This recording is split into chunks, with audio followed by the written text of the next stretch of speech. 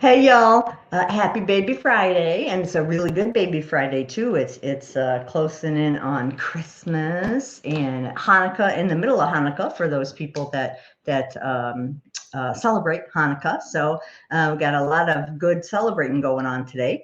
And I am very, very happy to have my special guest, my colleague and friend, Miss Toni Elhoms. And so, Toni, can you say hey to everybody? Hey, I'm so happy to be here with Betty. And as usual, everybody just kind of go ahead and say hey as you're coming in so we know that you're there. And as we start talking about today's subject, which is like super cool, expert witness and consulting witnesses, just kind of throw your questions into the comments and we'll just pull things in as we see them. But just to give you some information on anybody who doesn't know Toni, which, I would be, surprised that there's many people that don't. But Toni is an international speaker. She's also a SME, subject matter expert in medical coding, reimbursement, compliance, revenue cycles. She does RCM work too. And she also is the founder and CEO of Alpha Coding Experts, or ACE. And I must tell you, Toni, I'll have to show this to everybody because I like when on your website, I loved your little thing there that said, the business of healthcare is complicated. We'll help you ace it. I was like, oh, that's so cool. So I just like that. So I like to point stuff like that out. So I will put Toni's website address, her LinkedIn profile, all of those kind of things up there for y'all to look at. She also does a podcast. She holds multiple credentials. She's credentialed through AHIMA and AAPC, just as me. We're like dual certified people there. She has both inpatient, outpatient, coding, compliance, billing, reimbursement expertise that goes out. She's done ortho, spine, neuro. Again, she's kind of like I always, sometimes, that jack of all trades, I would say Jack S of all trades, but sometimes it comes out a little wrong when I say it. Jackass. Yeah, I can see how that might. You have to be really slow when you say it, so the other person does not take offense. I have so much fun on these things. See, so I she love Betty. also is the senior consultant for ACE and does trainings and educational seminars. She was with me when we were just at that conference a couple of weeks ago. Y'all remember I had Somo on with me last week, and we talked about continuing education.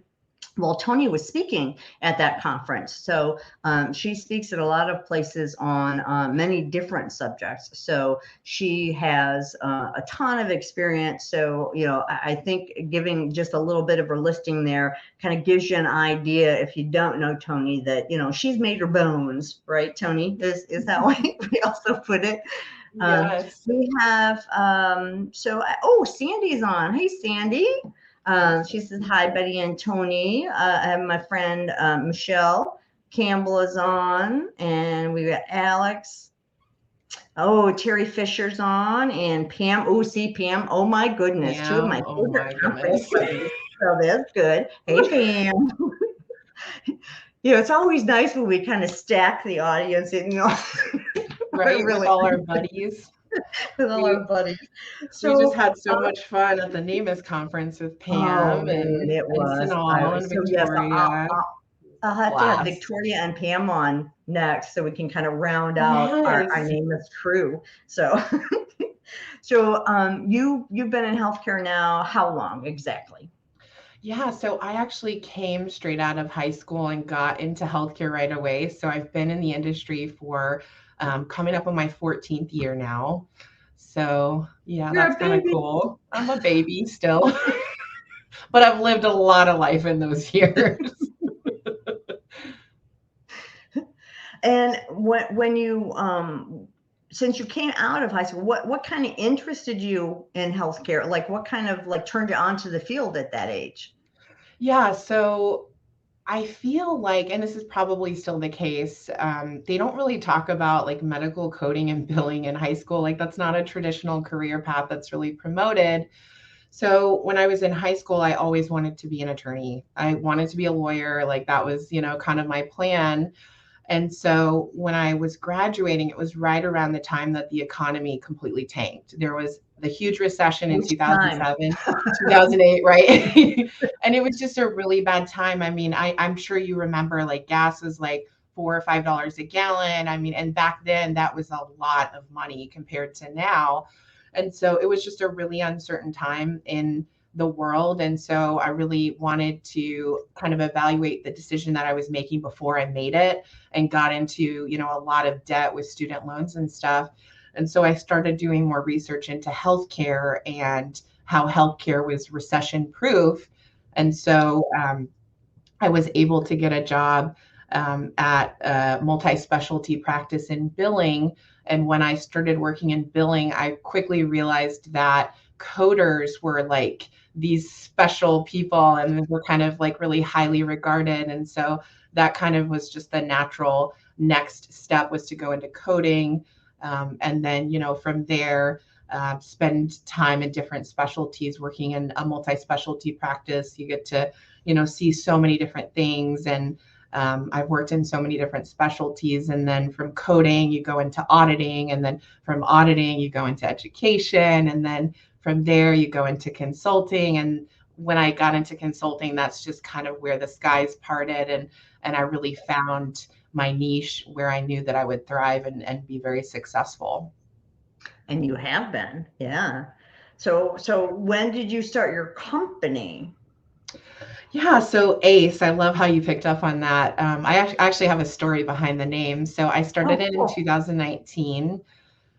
So I was previously a director of coding and compliance at a consulting firm. And so I really felt like I was already kind of running my own business within somebody else's business, because I had full Mhm. autonomy in terms of my team and my clients. And one of the things that my clients would always say is, you should go out on your own. Like you should do this on your own. And I would originate a lot of business. And so, I was constantly thinking, wow, like, am I going to see any return on that investment? And you're only going to go so far when you work for somebody else. And so that's, Yeah. kind of when I thought, okay, it's time to start my own thing. And when I became a mother, when I had my kids, that really changed everything for me in terms of my perspective and wanting to have, complete autonomy over my schedule and the design of my life. And so that was a really big factor in my decision. The name ACE actually. So I used to play poker, competitive poker, for many years. I Oh, was really, really neat. good, actually. That's how I met my Really? husband.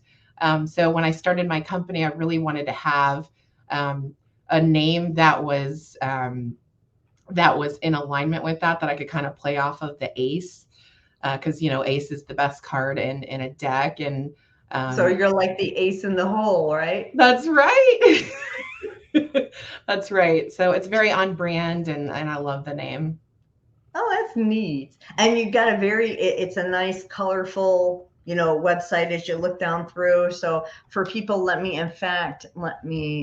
those that don't, if you go here, it's alphacodingexperts.com. So for those of y'all that are on today, make sure you go check it out. It's really laid out nice, and you can see all the different services and things that Toni and her company offer to people. So yeah, make sure you go check her out there.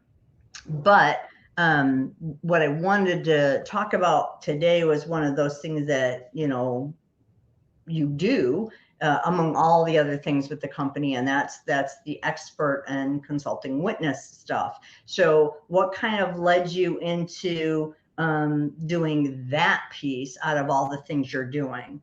Was it just like a natural where somebody had asked you and you just kind of did it and was like, hey, this is kind of cool? Or Yeah, I'm a masochist. I love to be tortured and put under the gun. No, so throughout my consulting career, when I worked in consulting, I did a lot of attorney-client privilege work, and so I always kind of liked that. And then in 2018, I was retained as a consulting witness in a case, and I just really liked it. I liked looking at things forensically. I loved the fact that, and I'm sure you probably can relate to this, when I would go in and educate providers and I would talk to them about, all the reasons why they should follow the rules and why it was so important. And they didn't care, like it would just fall on, deaf ears. And when I actually got to do, things in the legal world, it was like, wow, like this is the other side of that. And so, all of those, all of those references and things that I had said over the years, like it came to life essentially. And so I wanted something that was challenging. Dealing with physicians is obviously challenging, but dealing with attorneys is its own other separate world entirely.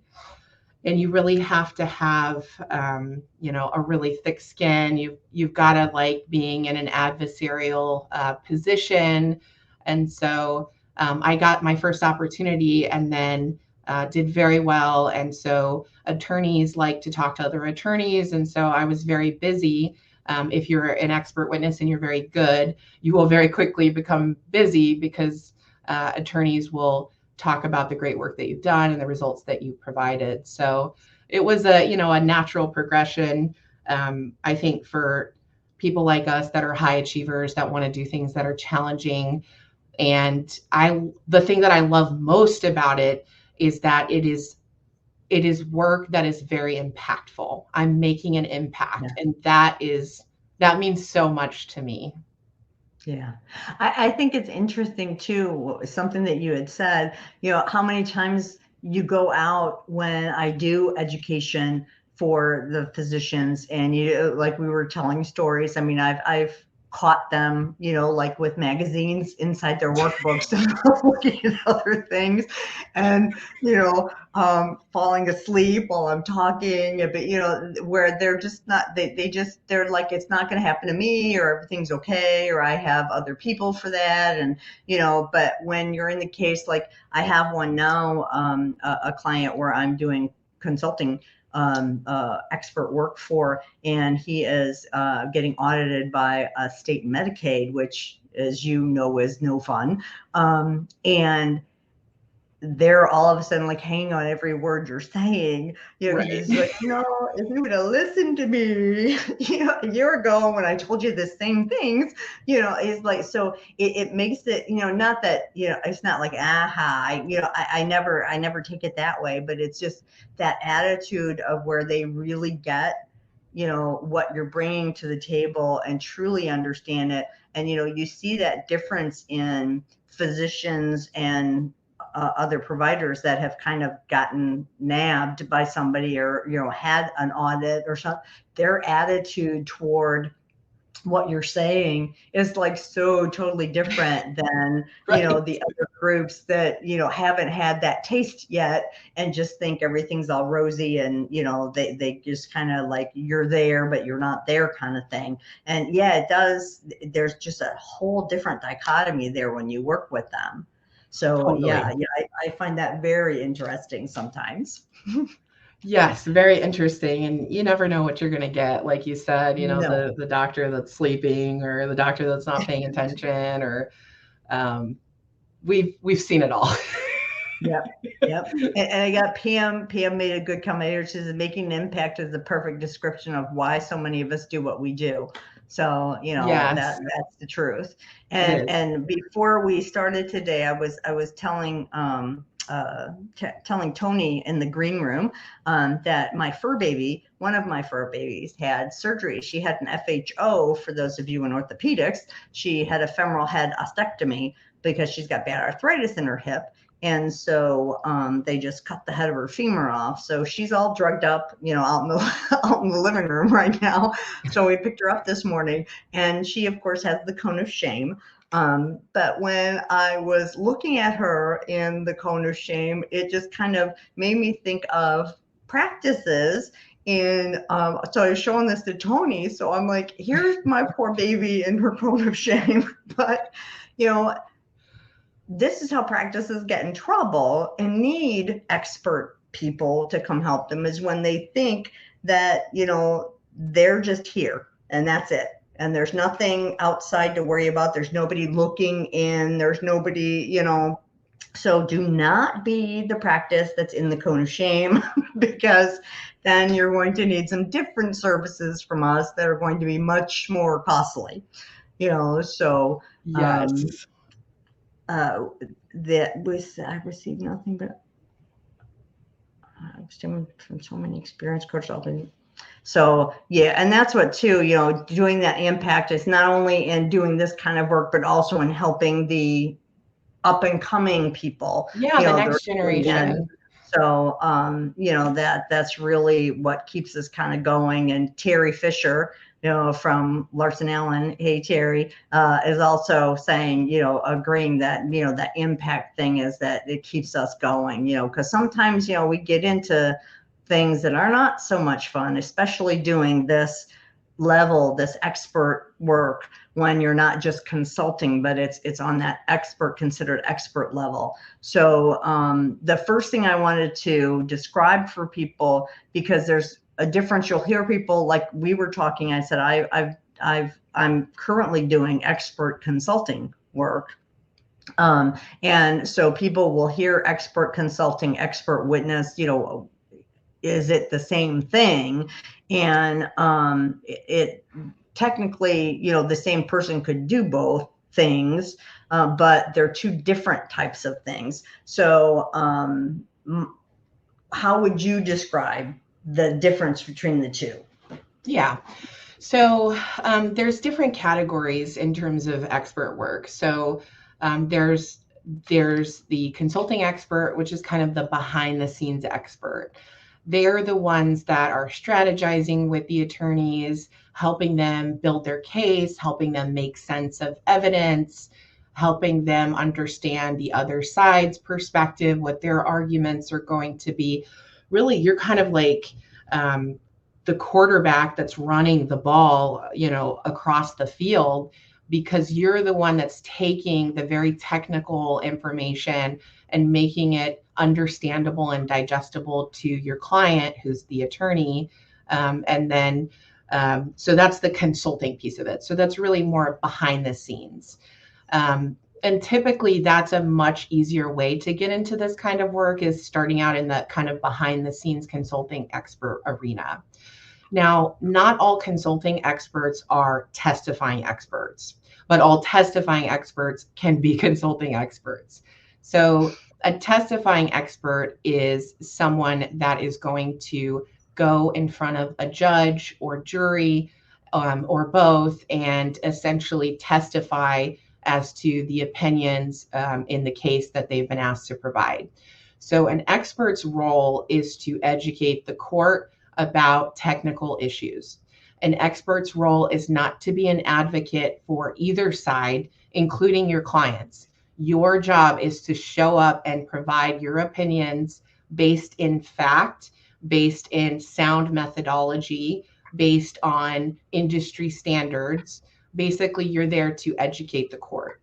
You're not there to take sides. You're not there to advocate. You're not there to play attorney. You're not there to argue with opposing counsel. And so not all consulting experts make it as testifying experts. Testifying experts are people that are really okay with having their feet on the fire.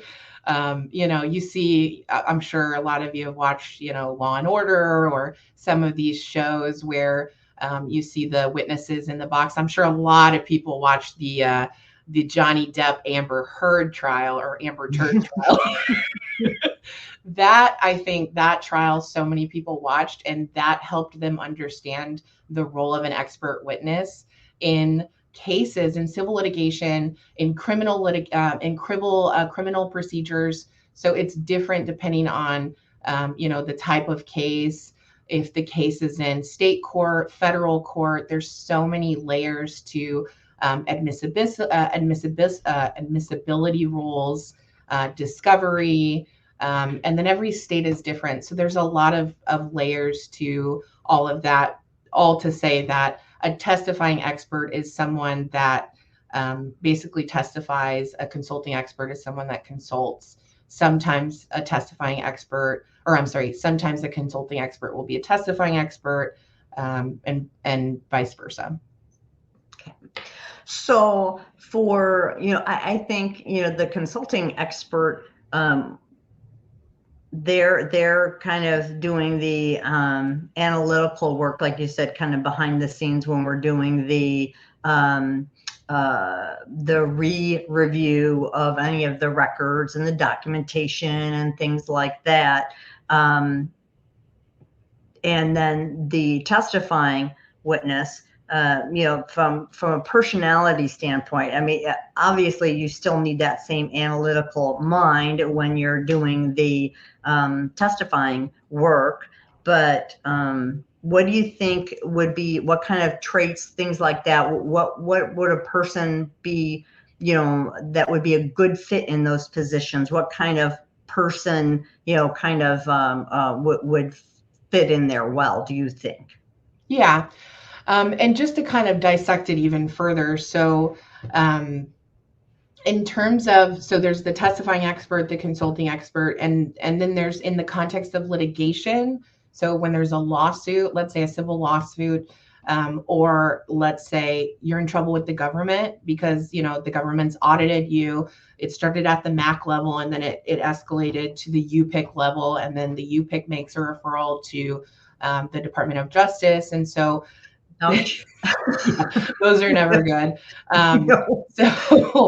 So that is kind of a separate process in and of itself in terms of your role as an expert. So oftentimes what I do is when a practice is in trouble, and they're going to have to pay some money back and potentially enter into a corporate integrity agreement, is I will come in as a consulting expert because there's not litigation, right? There's not going to be a testifying component.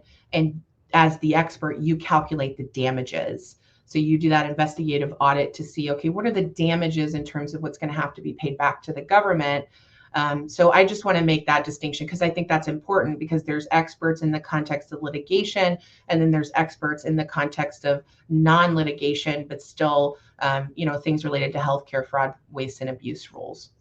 Yes, yes. I just did one of those recently too, with one that ended up being an extrapolation, and so there was it was a self-report after we dug in, and found what was there. But I mean, originally they had been asked for some records, and then when we looked at the records, I was like, and the percentage was high enough that we had to go and do an extrapolation. But we did that ahead of them telling us to do. I said, you got to get in front of it. So we did the rat stats to get a statistically valid sample and the whole 9 yards. So, but yeah, so sometimes, it's just using that kind of skill to where there was nothing else involved in it that way. So, Right. Yeah, it kind of can stop there. So when you're getting into the other series of it, when you are, what kind of person are you looking for something like that? Yes. So as far as a testifying expert, you have to be a very specific kind of person. You have to have a lot of emotional intelligence. You obviously have to have a lot of technical knowledge, and you really have to be the creme de la creme of what you're testifying on. So in terms of EQ or emotional intelligence, you have to hear the question and think 10 steps ahead of that question, because oftentimes what attorneys do is they set traps. And if you don't see that trap before you hit the trap, then you walk right into it, and then it's too late and you can't walk back. So when you're testifying, you're under oath, and being under oath carries the penalty of perjury. So you can get into a lot of trouble very quickly if you do not understand what you're being asked, if you do not understand the kind of the rules of the game, if you will. So for example, if the attorney asks you, do you know what time it is? The answer to that question is yes. The answer to that question is not, it's 3:25. It's yes. And then you stop. You don't, try to qualify it or give more than you have to. And so there's a lot of strategy involved. You've got to have that emotional intelligence. You've got to have that forethought to be able to kind of play devil's advocate with yourself of, okay, this is my methodology. These are the reasons why I use this methodology. What are the flaws? What are the weaknesses? Where are they going to be able to poke holes so that I can prepare a defense and get ahead of it? So those are definitely some things that you have to have in your skill set. And then the other thing that's the most important thing for testifying experts is you have to be really good, like phenomenal at explaining things in the most simplest ways. So you have to take what we do, which is very technical, trying to explain incident to requirements to lay people is very, very difficult. You can't talk in technical terms. You have to educate people that don't understand anything. And you have to really give them context in terms of what that means. So you have to be a great storyteller. You have to be really great at explaining things, and you can't be too cerebral. That is the biggest downfall I see in experts is they have all the qualifications. They are, the best of the best of the best, and not so much talking in our field and coding and auditing and compliance. I'm thinking more of the physician experts that I work with.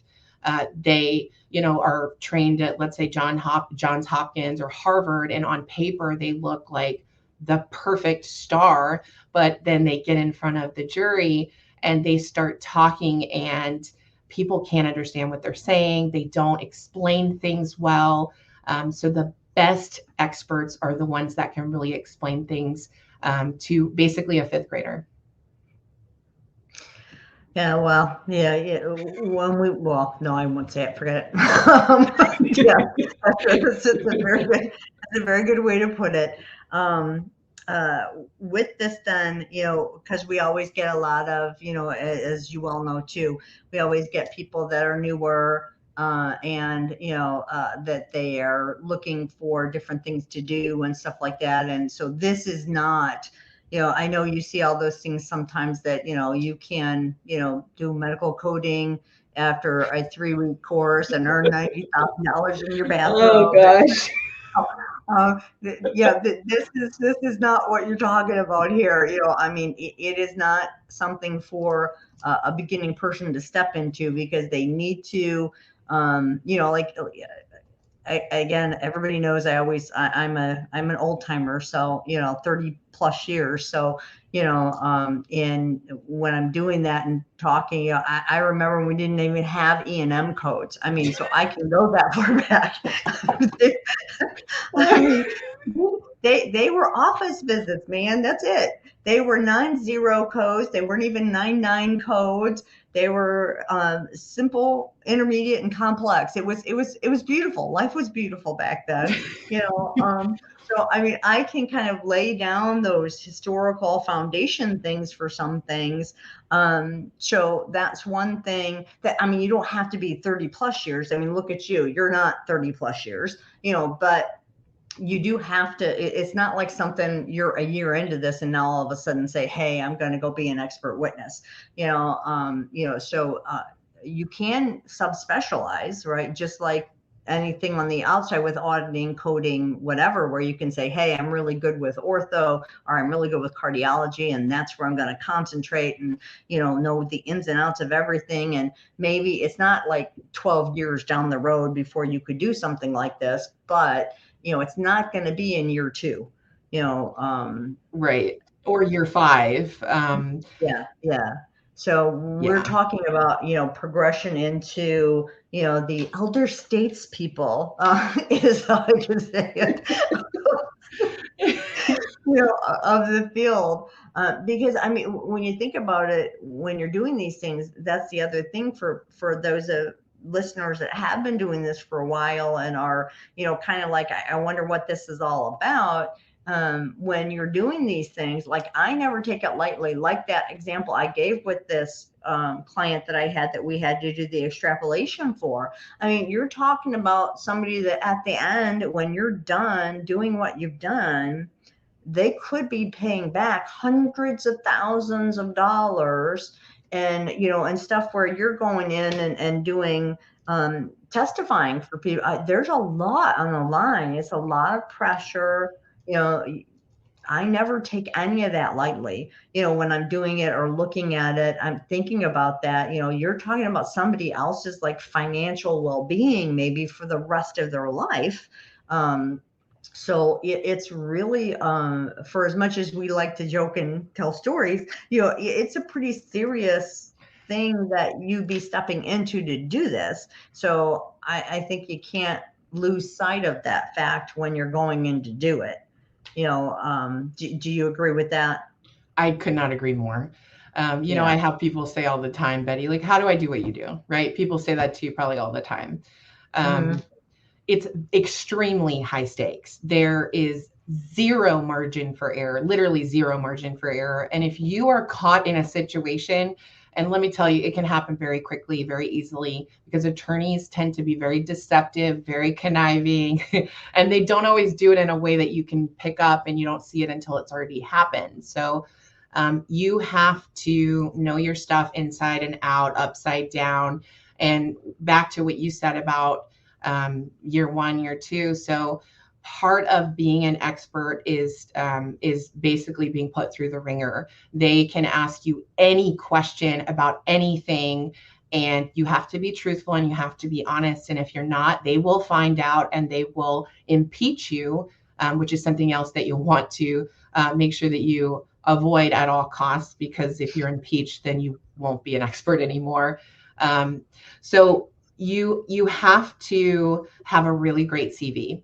Your CV has to communicate your experience, and your experience is really going to be the most important thing.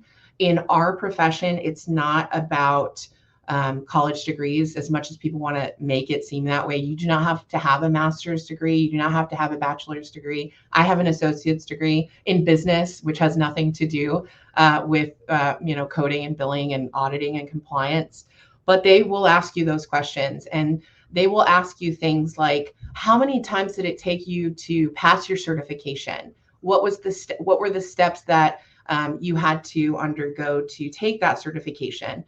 And if you took some weekend course and got lucky and passed on your first attempt, that is not going to bear well with the jury. They're not going to see that as somebody that's an expert. So everything as far as your experience, your training, all of that is fair game for the opposing attorney to basically poke holes in. And their entire job is to make you seem like you're an idiot, you don't know what you're talking about, and everything that you're saying is hogwash. That's their job. So when you give them ammunition, like you've got 2 years of experience, you won't ever be able to pass that sniff test of being an expert.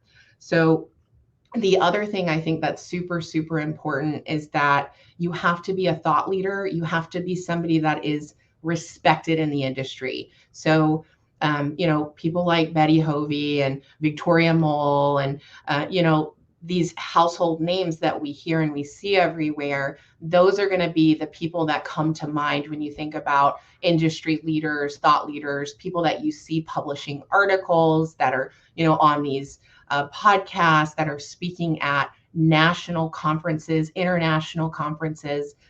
One of the things I'm asked is, give me some examples of presentations that you've given. And so I can say I've given presentations to universities, to government agencies, to all of these organizations that demonstrate that I am a subject matter expert. I'm a thought leader and someone that is respected in the industry. So you have to meet that threshold. And if you don't, it's going to be very difficult to demonstrate your expertise. Another thing that's a common kind of misnomer is that people think, oh, I'll just get a bunch of certifications and then, that'll make me an expert. It won't. Just passing a test, obviously the test is hard, right? There's a lot that goes into taking the test, but the test alone and the credential alone is not enough to qualify you as an expert. The technical hands-on experience that you have is the thing that really matters when you're testifying as an expert. They want to know, what specific tangible examples you can give about, instances where you've educated a provider about a specific deficiency, or, when I'm testifying about, charges being usual, customary, reasonable. They want to know, give me examples of, practices that you've set up their charge masters or evaluated their fee schedules, or give me examples of, cases that you've worked on that involve these specific issues. And if you can't give those things, if you can't quantify it, if you can't give really good supporting details, then it's not going to be enough to meet that threshold. The other things that they look for are you somebody that has delivered, presentations that are awarded CUs or CMEs or CLEs. So, I can say, yes, I've provided educational seminars that offer all of those things. And to meet the muster as far as what those requirements are, especially for CLEs and CMEs, it's really hard to do that, right? So those are things in terms of experience I think are important. That's good. And that brings up a good point, for people that are newer or more seasoned that are looking, and they start thinking, okay, well, how do I then lay the groundwork, right? And I think you brought up a couple really good things. And so it's not just I'm going to go find a place that does it and I'm just going to get a job there and they're just going to tell me everything. You have to kind of be looking at laying yourself out there to do things. And so,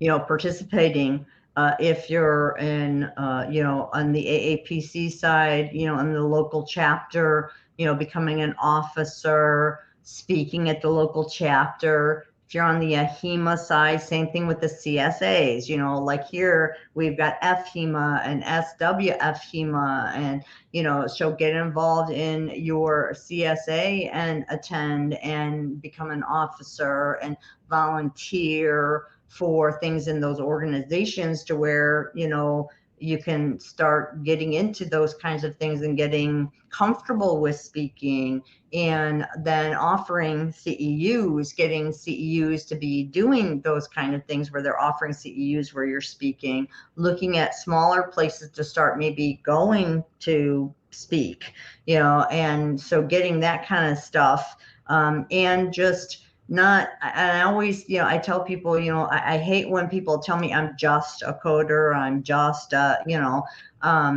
that's, you're not just anything, but where you're at, take a look at what other things, that you might be able to pick up on. Can you help out with an audit? If you don't currently do that and you're a coder, there's an audit happening, an internal audit, see if you can, help with it, or read the findings and talk to the auditors that are doing it to see how to get into that side of it. And, but you have to start building yourself out. You can't stay in the pocket and expect that things are going to drop to you. Of course, you have to, start to put yourself out there to do things. And I think those are some of the things that for a person that has that goal of doing expert things, I think that's like some good, groundwork things to do.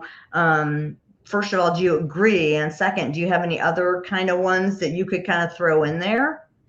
Yeah, I agree. I think it's really important to lay that foundation. And, I've been in the industry for 13 years, coming up on my 14th year. And that doesn't sound like a lot, but I have lived so much life in those years. And I said this earlier, and Betty can probably relate to this as well. When you work in consulting, you're forced into so many roles and projects and specialties just by the nature of the business, that you're kind of forced into it. And that is the best experience that you can get, because you're thrown into the fire and you have to figure it out without a roadmap, without, a lot of guidance. And that is what, really showed me I can do anything, because if I'm, forced to figure it out and I'm able to do it and have a really great outcome, then, that's a great foundation. And what you said about getting involved with the local chapters, we got together at NAMUS, going to conferences, like being around people like you that have goals like you. I love our group. I love our niche, like our niche group of of thought leaders and innovators in the industry. These, small group of people that we all, share these goals and commonalities. And it's just so much fun to get together. We had so much fun. Oh my gosh. We all went out to dinner. We had the best time. I don't remember when I laughed that much. I don't remember the last time I laughed It was a that lot of much. fun. Yeah. Yeah. So the camaraderie is huge. And the relationships, I always tell people I'm in the business of building relationships. That is really all I'm focused on, because relationships turn into business opportunities, turn into new jobs, turn into, all of these things. I've met all of these people on LinkedIn. LinkedIn obviously is the best in terms of connecting people, but you just have to put yourself out there. Like Betty said, that's the most important thing. Putting yourself out there, getting involved is going to pay dividends. Yeah. Well, and I think, again, another good thing that as you were saying it, I always talk, and we've had different broadcasts on networking, and the importance of networking. And I think maybe to start thinking of that even in a different way, like instead of, because you can network anywhere and just shoot the breeze with people and just talk about nonsensical things or things that don't, and where the next day you can't even remember their names or what and then there's that relationship building type. So when you're looking at that to where everybody says, oh, there's great networking. Well, what kind of networking? Start to be a little more particular about, because yes, you do need the more shooting the breeze stuff to get more comfortable with people, but you should be looking at who you're doing that with, and what are they doing? Is it something you're interested in? Those are great conversation starters, things to ask people about, to where you're bettering that and learning and doing things. So that whole network, relationship building, all of that stuff is just critical in what we're doing. So we have like a ton of comments coming in. So this is wonderful. Please keep throwing them in there too. We're going to go through what we can get through. So we've got Kimberly. Hey, Kimberly. She said, even with all my experience, I was so intimidated when I had to testify. I had GI and anxiety for sure. I'm not laughing at you. I totally understand. There's a hazing period. It takes about 20, I'd say about 20 times of testifying before you don't have that I'm going to throw up at any moment feeling. Your life is on the line, literally. The most important thing is to don't just answer when they ask you something. Don't think I have to answer it in 2 seconds. Sit, and plus you want to wait in case your side says I object to that question. That's right. You don't want to be answering it when they say they object to it, because you kind of hit the thing down there. So it's like that where you get that anxiety. Sometimes it's hard to just okay, just sit here. I got to think for a minute. And I can tell you, me as a newer consultant years ago, I always had that mindset when somebody asked me something, it would be like, oh, I have to be able to answer that right there. And then as you go through, and then they ask you something back, and then you're like, oh, well, I didn't think about that. And then you could, then you start to learn as I'm doing it, when I talk with physicians and auditors, coders, when I'm educating, I question back before I answer now. One, make sure I understand what they're asking me. And two, to say, well, let's discuss that. Not just yes, no. It's kind of like, well, here's the history behind this. Here's things that are laid down about this. And, what is your perspective? Because obviously, too, in what we do, some things are not black and white. Sometimes you've got your gray. And so it's like, well, how your interpretation is versus my interpretation. And there's always something that they've got in their head that they didn't say, that until they say it, you don't get where they're thinking. And so, just that taking your time and slowing down, and not having to feel like you have to spit something out within 2 seconds or they think you're an idiot, Right. You got to take your time. That's hard. That was hard for me, to Very start hard. to do. You have to. One of my clients told me, he said, when you are asked a question, picture a stop sign. Stop. Make sure you understand the question. Make sure you know the answer to the question. Make sure that I don't object to the question, because if they object, there's strategy in that. They're giving you a hint like, hey, this is a bad question. This is something you should not be answering. That's your cue to kind of dig into it a little bit more. And you have to understand the mechanics of testifying. Sometimes it's a video, sometimes it's just a record. And so everything that you say is being recorded into a transcript, but the transcript does not record delays. So if you take 5 minutes to answer a question, like, there's nothing wrong with that. Like Betty said, it's actually really good for you to slow down and take your time, as hard as it is to do. And some really good attorneys, it depends on what attorney you get, but some really good attorneys, really aggressive attorneys, will make you feel like you're under the gun and that you have to go, right. That's their strategy. They're trying to get you worked up. They're trying to get you to misspeak. And so part of this whole journey is kind of learning how to navigate that and navigate the different attorneys and their styles. Yep. And here, I just want to throw that from Pam. She said to Kimberly's point that she did an ALJ hearing this year. She felt the same way. So she thinks she'll stay on the education side to support, so the providers don't have to defend as much as I can. Yeah, I've had a few depositions, and depositions are the worst because you're the most exposed. So there's different types of testifying, right? There's deposition testimony, there's trial testimony, there's mediation, there's arbitration, there's ALJ hearings. There's like all these different settings, and each setting has a different audience. When you're being deposed, the other side is taking your deposition. And so they're trying to figure out what's going on, what you're going to say, where are the weak points. And so you have to be so careful. I've had discovery depositions where they depose me for almost 8 hours, and that's their strategy to tire you out, to see if you'll, crack under the pressure. And I've had depositions where I walk out and I feel like I don't even know how to spell my last name. Like, I don't know how to spell. I can't think. Yeah. My brain is fried. And it's because I've been taken on this path of psychological warfare for 8 hours. And I mean, anybody will crack under that kind of pressure. Yeah. Yeah.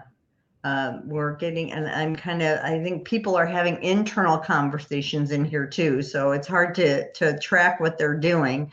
In some of this where they're talking about waiting to hear our reply, but I'm not exactly sure which question is that they're trying to waiting to hear our reply. But here's a comment from Haley. She says she hopes she never has to be an expert witness, but she does find it very interesting. Not sure that I could keep composed. So yeah, like I said, I think yeah, you just kind of, and and there's nothing wrong with saying, hey, that's not my bag either, right? Yeah, and that's why a lot of people do the consulting expert stuff, because they're not out there in that manner to where they're having to be on the spot like that with people and a jury and an attorney, coming at them, so that they can do that more cerebral, slow kind of thing without that added pressure to it. Oh, and then I think the LinkedIn user there, because like I said, sometimes it doesn't show us, but I think this might be Sonal. She says, I'm sure Toni shared her awesome tips. Stay calm, you know your stuff. So that's, like we were saying, is kind of like the thing is just kind of slowing down and sitting there and waiting. Somebody else, Lisa, you definitely have to leave your emotions at the door. And that's what's hard for some people too, especially when you have an attorney that's kind of sort of throwing shade your way and, the nice way of putting it. Again, I gotta, that's, your head's on the chopping block, literally. So, oh, great. And we got from Kimberly, we got some magnificent, awesome sauce tips. So that's great. So she's thanking us there for all the stuff that we're giving out now. So it's not for everybody, just like anything else, it's not for everybody that does it. So you got to kind of see, if you think that this kind of stuff that we're talking about now, if you're going, oh, good Lord, I was just like, I used to, when I used to teach certification classes, right, decades ago, I really like cardiology. I'm a cardiology, one of those people that, really gets into that stuff. So when I would be teaching and going through the sections in CPT and we get to cardiology, we'd go through the caths and we'd go through all this stuff. And I drew the aortic arch and I had all my things. I drew my own and I would show them all. And I would talk about going on the highway. And if you get off on the ramp, that's one of the branches. And then if you go in the street, then it's a submental branch and, all this. And I would go and go and go. And I was so psyched about it. I was like, oh, this is great. And this is just magnificent. And then after that class, the first time I did it, about half the class came up to me and they were just like, that really was interesting, but I don't think I ever want to do that. I never just like, I never want to touch that stuff. So, so each thing is not for everybody. It doesn't mean that, you're not capable of doing it. Maybe it's just something that doesn't strike you. So, so it's good to know those things about yourself too, that whether it's something that, you'd want to put yourself through, or, like there's some of us, I'm not saying who particularly, but, in that adversarial kind of thing, when then you get your kind of gets your motor going, and you're just like, okay, what else you got? It's like, come on, kind of, and some other people would just be like, oh, that's my worst nightmare. So, I big ups to people that do some of these other things. Like, I'll tell you, it's the one thing, eyeballs just get me. When I show a lot of surgical videos, and when I show the ones that are showing like the eye, I can't even look at the ones when I'm doing the eyeball ones. I can't watch them. I can't stand it. And I am an organ donor, but even dead, I told them they can't have my eyes because I don't want anybody touching my eyes, even when I'm not alive anymore. I can't do it. It freaks me out. So there's that one thing for everybody that's going to be there. They're like, nope, not doing it thing. So if this is your not doing it thing, I hope that you found this interesting to discuss, and to learn more about, because it's always good when you understand these things, because maybe it's not something that you want to do, but you get in a situation at your practice or with the physician where you need somebody, and this is kind of what's going to happen with this. So I always like to learn about everything. So, and somebody else said, I think, again, this might be Sonal. If it's you, Sonal, do a yes, it's me for me, but it's all about great attorneys that help you become a better expert witness. So that's something too, is making sure that you're working with great attorneys, right? Tone? Yeah, it's a really important thing. And you'll find that some are great and some are not so great. And the ones that are great, I've got great mentors. I've got attorneys that I can call up anytime and say, hey, tell me about this attorney, or, I had the situation. And so it's nice to bounce things off of them. The other really crazy thing that happens with testifying is that you get challenged. So you get motions filed against you, Daubert motions. And so one of the cool things is when you get to work with your client on responding and defending one of those motions, because they really, really take a deep dive into your expertise, your methodology, and you develop a great relationship with them through that process. Great. Here is Kim, my friend Kim Montenegro. She was a past guest on too. She's really good in the HCC arena. So she was lovely and agreed to discuss that. So she has a question about, being approached to become an expert witness on a website, signing up on a website. And I've seen those things too, where in fact, today I was kind of looking around, there was a couple where it's like, sign up for our thing. And, they want to know a pricing structure. How do you suggest I approach this, given that I've never been an expert witness? So again, just, just the thought process of doing this, that, you're talking about like a next tier kind of thing. So when you're doing it, if you're doing it personally, my advice would be to kind of do that off of what your personal level of expertise in that subject area is, and kind of do a structure in there that you would be comfortable with at an expert level. Do you think that's agreeable to what you're thinking, Toni? Yeah, I mean, rate schedules are different depending on your level of expertise and the type of work that you're doing. I do a lot of different types of litigation work. I work in medical malpractice cases. I work on class action cases, so I do a lot of different types of litigation work. So it's going to depend on the types of cases you're working on, if you're going to be consulting versus a testifying expert. So what I would do is figure out exactly what you're going to offer, and then look at what the market supports for your experience and expertise and all of that stuff. You will not make the same rates as somebody that's testified lots and lots of times, because there's a structure, there's a hierarchy, and so you do have to start kind of at the bottom, but do some research in terms of the market. You got some last good comments here. Pam saying it's always good to discuss things we don't want to do. We still understand the need, and we know who to contact when needed. So, and that comes from building relationships, closing the circle. Always got to close the circle, right? And then Stonal said you have to get to the uncomfortable, walk into the discomfort with the help of your attorney. I think that's fabulous advice that she gives there. So yeah, because if you're working with attorneys and for a client, obviously they don't want you to go in there and look like a big buffoon, so they're going to be helping you with those things and prepping. It's not like you just go there that day and sit down and go, okay, what you got? I mean, there's a lot of prep work involved and a lot of those kinds of things before you get to that stage too. So when you go in, you're at your aces. Right. So it's not like a cold thing where you're going in there with like absolutely no idea what's going on. Right. And if you are, run. Yeah. Run. That is what happened. Yeah. Don't do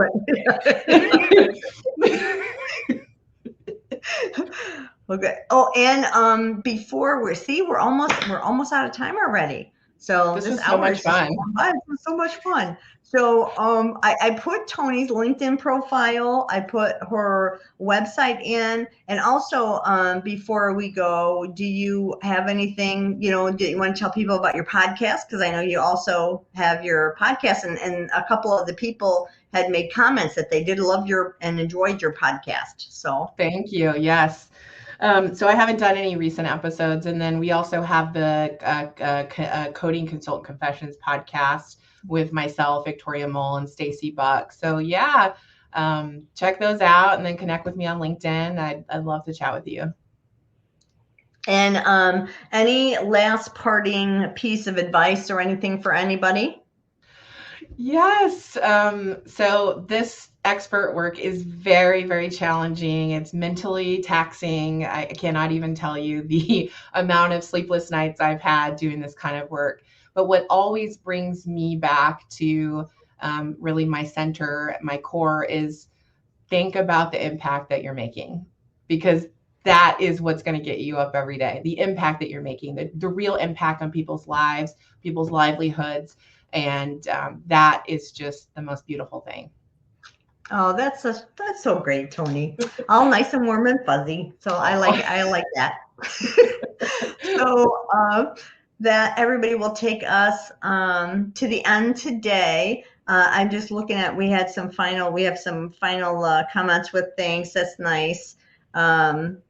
Merry Christmas too. So thank you very much, everybody. So everybody have a happy Hanukkah for those that are still in the 8-day festival, and for others, Merry Christmas at the on Sunday. So everybody have a good rest of their week, and we will see you next time on the next session, when we will see what else is happening in healthcare, right?